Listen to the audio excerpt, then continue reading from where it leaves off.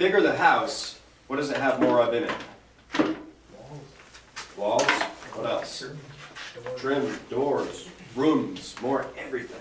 So you get into a 10,000 square foot house, like you're in a 2,000 square foot house with like 18 doors. Okay? So go to a 10,000 square foot house. We have sprayed houses that had 60 or 70 doors in them, because every single room usually has a door, has some closets. So doors are a thing. And that's why we came up with this method of, okay, you know what, we can't have one painter, two painters, 3, 4, 5 painters just tied up brushing doors forever on a job. We'll never finish the house.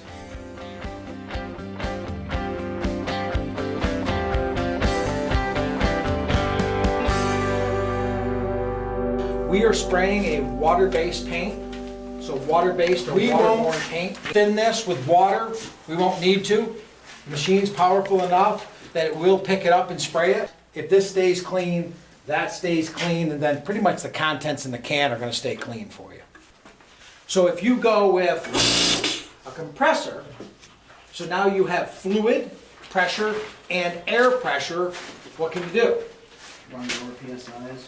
You can lower your PSI, thank you.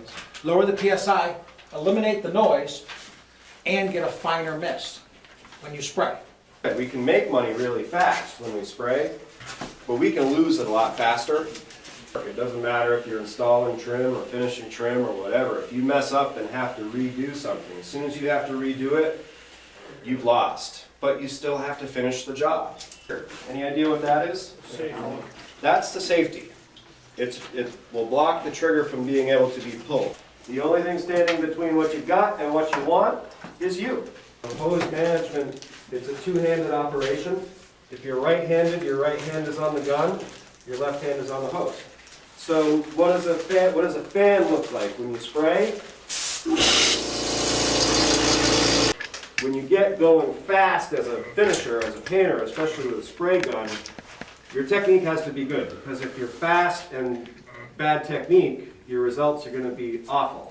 And when your results are awful, you got to go sand them out and hope you're not as awful the next day. And believe it or not, that actually happens. We've seen guys try to fix their own work and screw it up even worse. See if you guys can tell me what would be wrong with this technique.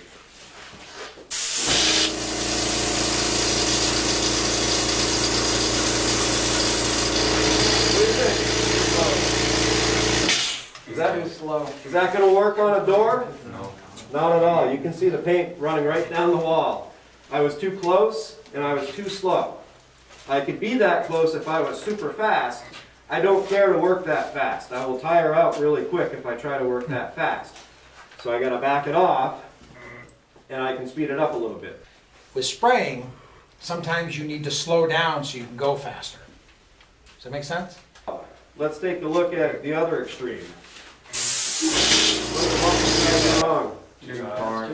Too far away and too fast. So the words that we use to describe this is your pace, how fast you're going, and the distance from your target. Your doors are going to be your targets. So pace and distance from target.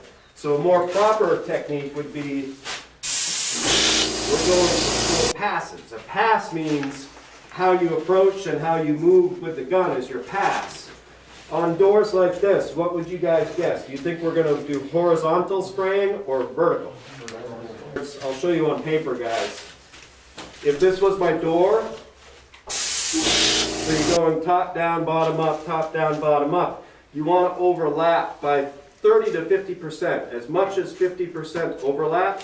So when I'm going to just redo this. I'm going to come down and then go back up. The fan that comes out of this gun, as we discussed, is how big? 8 inches, because we're on a 412 tip. So the size of that fan, though, do you think it's going to be 8 inches no matter what my distance from my target is? No, it would depend on how far close you are to the thing. Exactly. When we talked about that vertical pass, there's an entry to the pass and there's an exit to the pass. The entry is how you come into it. You want to come into the pass moving. So if you're going to start a door, you want to come into it moving and then engage the trigger when you get to the top of the door. So you don't just point at it, pull the trigger, pause, and then start moving. You got to come into it moving.